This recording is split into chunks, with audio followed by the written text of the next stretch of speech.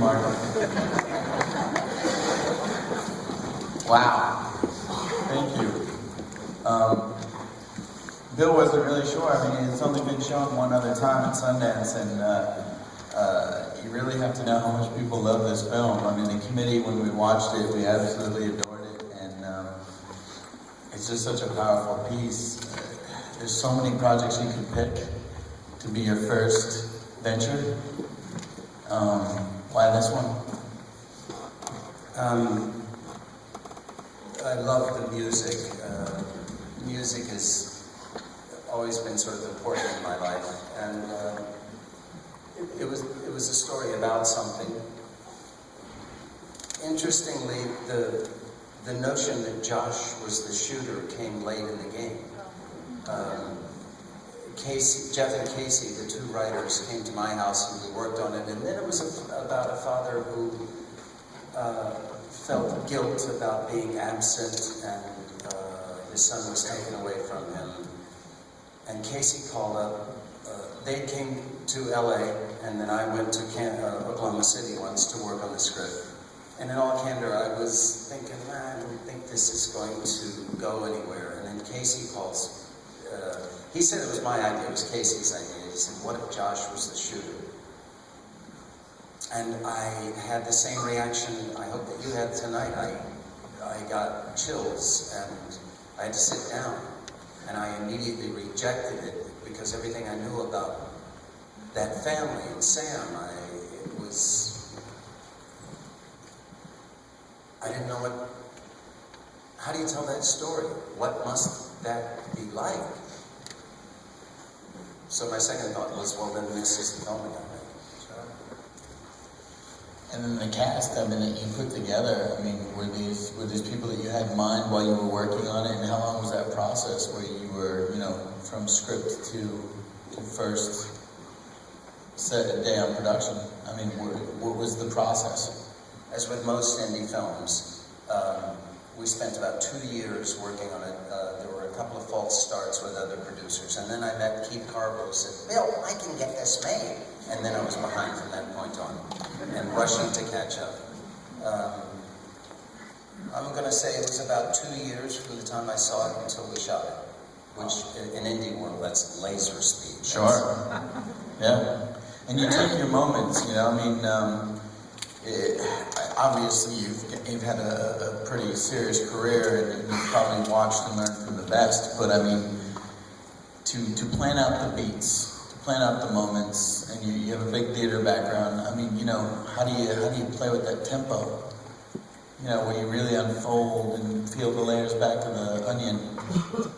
That turned out to be my favorite part of making a film, the pre-production, and that was the part that I feared the most, because I had the attention span of a fruit fly, not unlike many actors, because our purview is a tiny little moment. You just do one little moment. It lasts a minute, sometimes 2 or 3 minutes if it's a big scene. And that's all your responsibility. When you finish that moment, you go to the next moment. You do enough of them, you've done Hamlet. But a director's purview is the entire world. I was not sure that I was cut out to do it. But it turns out I loved it the most, especially sort of planting things and have them come to fruition, like the amplifier in the red paper. I mean, we first saw it in the closet, and then when Felicity brought it to Billy, and these little players through the film. I love that stuff. Yeah. Tell us about the symbolism, though, and tell us more about that. I mean, how much of that is embedded in there because you're trying to, deliver that message? And what sort of things did you do that maybe we didn't catch the first time? We got to see the second and third time. Yes, you definitely have to see the second and third time.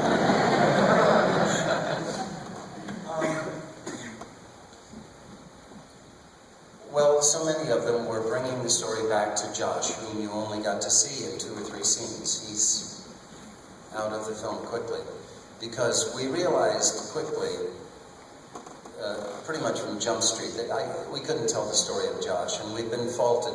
A lot of people have said, and I think there are probably some reviews will end up saying this, that we told the wrong story, or that they want to know more about Josh. And in the research we did, there's nothing to say about that. It's a horrifying thing to say, but if you take the jihadist out, if you take the mentally ill out, and you're left, the ones that are left, these kids that go into schools, it falls under the category of shit happens. Yeah. It has no rhyme, no reason. Brighter minds than mine have tried to piece together forensically what was going on with those young men, and they don't know.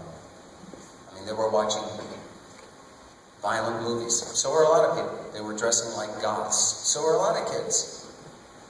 They were feeling alienated. Half the school feels alienated. But they don't do that. No one knows. Sure. And so that's not a story that I would presume to tell. But the notion of the parents, and in the research, it's hard to find out about the parents because they disappear.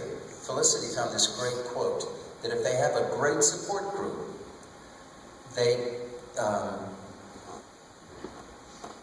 can feel remorse for the rest of their lives.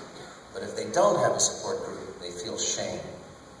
And a lot of them disappear and move away. And that was sort of the jumping off place for it. And so the question kept coming, when do we drop that?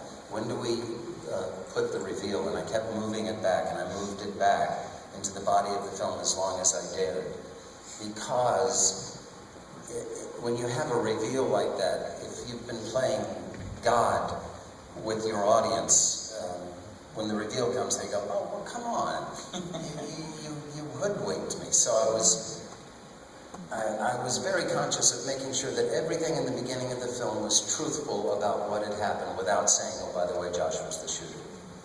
Yeah, and the music, it plays such an important role in this. And you know, some great films have been brought down with not so great music, but you want it to be a good music piece. This is great music in this film.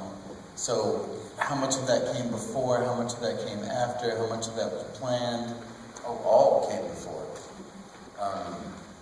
I realized quickly that if the music was no good, there wasn't much reason to make the film, because the music is Josh, it's the kid, so it had to be complicated. And I watched a lot of films with music, and some really great films, but when I had fault with them, usually it was because the music in the films was forgettable. I didn't think it was great. So we hired a woman named Liz Gallagher, who was the music supervisor, and she put the word out in the indie music scene. And it was very flattering. I got a lot of music back. And I got a song called Home. And I thought that was just perfect. It was written by a guy named Charlton Pettis and Simon Stedman. And then I heard another song called I'm an Asshole. And I really liked that song. And then I thought, well, I think I found my guys. And they agreed to do it.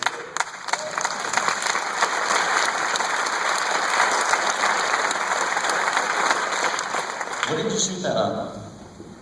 The Alexa system. Nice. 2 cameras. Yeah. I sort of emulated the way we shoot Shameless, which is about as efficient as filmmaking can get. Well, God knows, we hope, and especially after everybody has said everything they've said about you tonight, that we don't lose you in the acting world. You're obviously one of our luminaries, but it looks like you got a career directing, kid.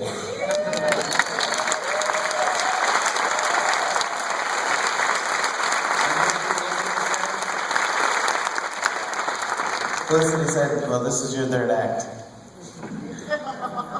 I think that's great. Well, ladies and gentlemen, I think your standing ovation probably said the most out of this entire response that he could have gotten. I think you should definitely feel confident about it. It's such a beautiful film, the way it's done, and technically speaking, it's a great piece of cinema as well. William H. Macy.